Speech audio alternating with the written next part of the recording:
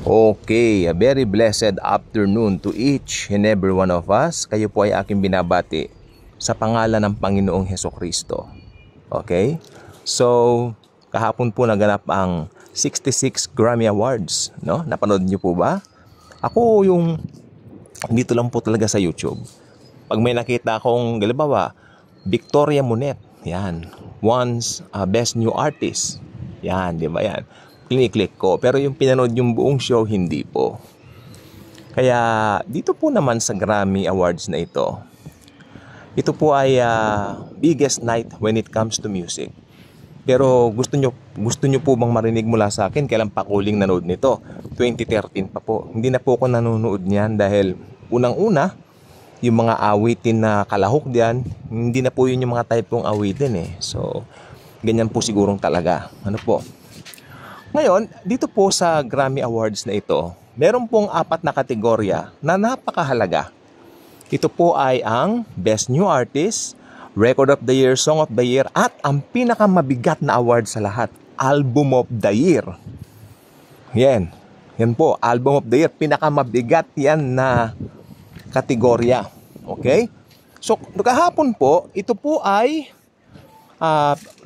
i-present dun sa mga winners. Ang Best New Artist po ay napanalunan po ni Victoria Monet. Mahusay din po na singer. Siya ang Best New Artist. At ang Song of the Year, si Billie Eilish sa kanyang awitin na doon sa Barbie. Nakalimutan ko yung title eh. Record of the Year, tontuwa ako dito yung Flowers ni Miley Cyrus. Deserve niyan kasi ang ganda ng awitin niya. Last year, panay ko naririnig yan. Maganda yung beat niya. Actually, popular na awitin niya, Flowers. Deserve naman na ng Record of the Year. But, yung pinakamabigat po na award na sungkit ni Taylor Swift, okay? Ito po yung Album of the Year para po sa kanyang pinaka-latest album na Midnights. Okay.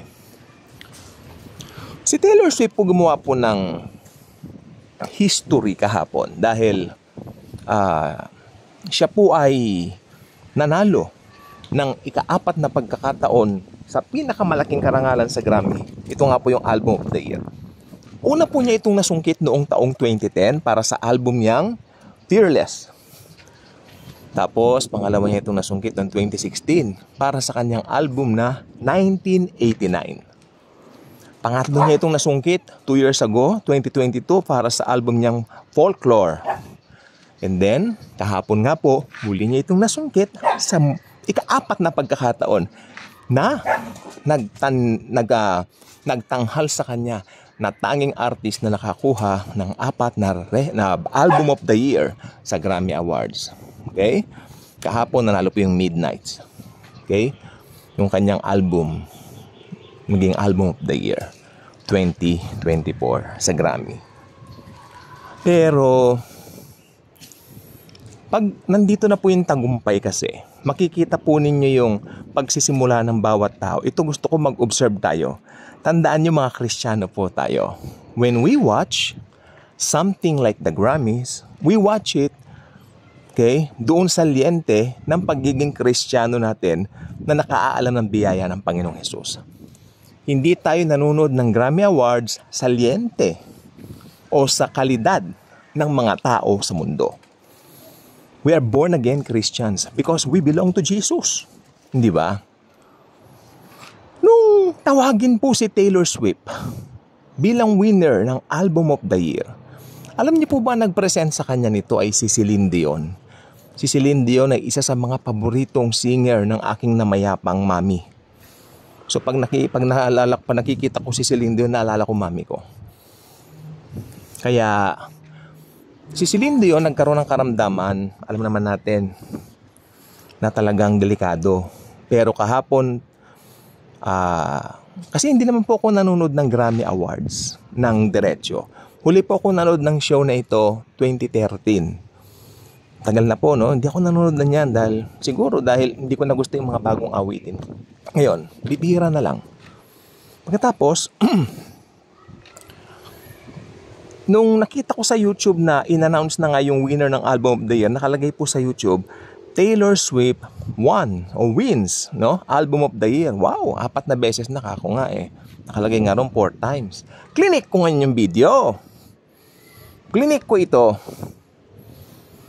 Tapos, ang nag-present, nagulat ako, si Celine Dion nga po. And the Grammy goes to, for the Album of the Year 2024 belongs to Midnights by Taylor Swift. Si Taylor Swift po, ibang klase yung pag-akyat niya sa stage eh. Parang marami siyang mga kaibigan na takbo-takbo pa siya pag ganun-ganon. Parang parang wow. Parang siguro super excited po siya. Ang malungkot po nito, nandun si Celine Dion kasi yung presenter ibibigay sa kanya yung award, siya magbibigay dun sa winner. Ang presenter si Celine. So, alam niyo po ba, hindi man lang niya in-acknowledge si Celine, ni wala man lang eye-to-eye contact. Okay? Ang akin pong auntie at mga kapatid ko, mga pinsan ko, galit na galit. Sabi ko, huwag kayong papapekto sa ganyan. Mga Kristiyano po tayo. Ako. And, hindi, talagang pag Kristiyano ka, magagalit.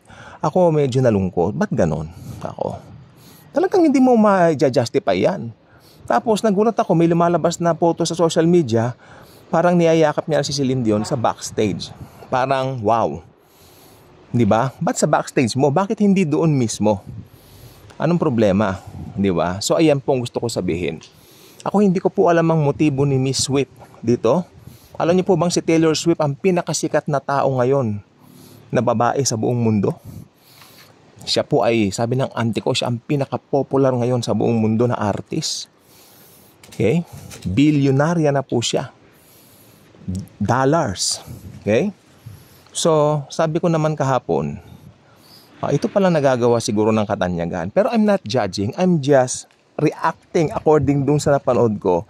Medyo sumama ang loob ko. Knowing na ang ginanon niya si Celine Dion. Celine Dion, for me represents my mother. Dahil, paborito niya yan eh. Tapos ginanon lang, parang nakakalungkot, no? Sa part ng mga, di ba, yung mga may edad na. Yan ba, mga kabataan ngayon, ganyan ang mga gustong awitin. Ako sa totoo lang po, sa totoo lang po, hindi po ako mapanghusgang tao. Pero yung kahapon po, hindi mapapalagpas yan. Kasi ugali po. And you know what? Si Taylor Swift, nag-claim siya na Kristiyano siya. She claimed to be a Christian actually. Ako naniniwala ko pag Kristiyano ka makikita sa gawa mo. Hindi pwedeng Kristiyano sa nguso, wala sa puso. Hindi ba? Pero kasi ganito yon. Ang pagtanggap kasi kay Jesus, sanctification. Kaya may mga ibang Kristiyano na siguro nasasanctify pa lang kaya minsan hindi pa nakikita sa gawa. Pero pag matagal ka ng Kristiyano, magmamanifest yan sa gawa mo. Believe me, mahalaga ang patutuo natin sa kapwa-tao natin. Talagang sinabi niya Kristiyano siya at ang interview niyan 2023 lang. Nagbabasa raw siya ng Bible, may Bible daw siya, which is good. Sana Lord, kung talagang siya ma-develop siya. At gumawa siya ng mga kantang nakaka-glorify sa'yo. Ang pinakamaganda pong example ng naging Kristiyano na singer ay si Miss Donna Summer. Iniwan niya ang katanyagan para mag-serve sa Lord. Kay Jesus Christ. So, yan po ang observation ko kahapon. At ito po ay masyadong pinag-uusapan po ngayon sa social media. Dahil, maganda po yung album na Midnights nung ako po ay nagkaroon ng kopya niyan dahil binigyan ako regalo sa akin, kamag-anak. Maganda po yung Midnights na album. Saludo po ako. Mahusay si Taylor Swift. Believe me. Mahusay po siya. Pero, sana man lang, kung tayo ay nagtatagumpay at sabi mo Kristiyano ka, sana lalo mo nakikita yung source ng lahat ng kung anong meron ka. Kung alam mo, ang source ng lahat ng yan ay si Kristo Jesus. Si Jesus ang source ng lahat ng yan. Hindi ka magiging palalo. Hindi ka magiging mayabang. Lalo kang magiging humble. Dahil alam mo, lahat ng bagay pwedeng mawala sa isang iglap. Including ang buhay ng lahat ng tao. Diba? Ang may hawak ng lahat ay ang Panginoong Hesukristo. He's the one, He owns us.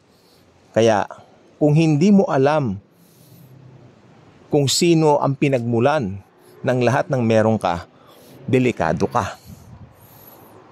Di ba? Kaya marami akong nababasa, si Taylor Swift daw, ibinenta ang kanyang kaluluwa sa demonyo. No, never such a thing. Wala pong, kasi ganito, wala pong katotohanan na yung mga tao nagbebenta ng kaluluwa o nagsasanla ng kaluluwa sa demonyo. Wala po sa Bible yan. Ganito yan, sa Bible, it's either unbeliever ka, kay Satanas ka. It's either din naman na ikaw ay born again, kay Jesus ka. Dalawa lang, walang in-between na binenta. Sabi nila yung unbeliever, ibinenta ang sarili kay Satanas. Imposible po yan. Unbeliever nga, kay Satanas na yan. Ba't may ibebenta ang sarili niya? Ang unbeliever, pag natigok, pag nategi, sa impyerno agad ang punta niyan. Dahil wala yan sa Panginoong Hesukristo. Wala po nagbebenta ng kaluluwa, wala po sa Bible yan. Sorry po sa mga madidismaya na marinig yan. Hindi pala totoo yung mga movies na gawa. Ay, hindi po totoo yan. Invento lang po yung mga yun eh. Okay? Tapos yung si Satanas daw nasa impyerno, may hawak na tinidor. Invento rin yan. Si Satan po ngayon, wala pa po sa hell. Kasi ang kanyang destination doon pa lang sa Gehenna, sa katapos-tapusan ng kalat-lahat. Okay? But for now, nagkakalat siya ng lagim. Kasama yung kanyang mga anghel. Okay, pasensya na po, medyo maalikabok dito sa likod. Nagsisiga kasi kami. So, Tapos, sabi ko nga po sa inyo, kung may nakita po tayong ganyan, we react. Ako nag-react ako bilang isang Kristiyano. Malungkot kasi, ba't ganon? Okay? So, naway matuto tayo ng lesson dito sa nangyaring ito kay Celine Dion, tsaka kay Taylor Swift, sa buhay ni Taylor Swift. Dahil si Taylor Swift, nag-claim na siya ay Kristiyano. May Bible daw siya. Praise God kung meron. Praise Jesus for that. But, talagang ako'y naniniwala. Kung yung Biblia ang sinasabi mong meron ka, binabasa mo naman, ito ay magmamanifest sa gawa mo. Di ba? Pero hindi ko sinasabi na sukatan ng salvation yung gawa mo. But it's a part of your sanctification na yung mabubuting gawa mo ay lalabas at lilitaw sa harapan ng mga tao. Ganun lang po yun. Okay, kaya kung hindi ka pa subscriber dito nga po sa channel na ito, I invite you to do so. Click the notification bell, share the video, share the wonderful love of the Savior, the Lord Jesus Christ. Thank you. Jesus truly loves us all.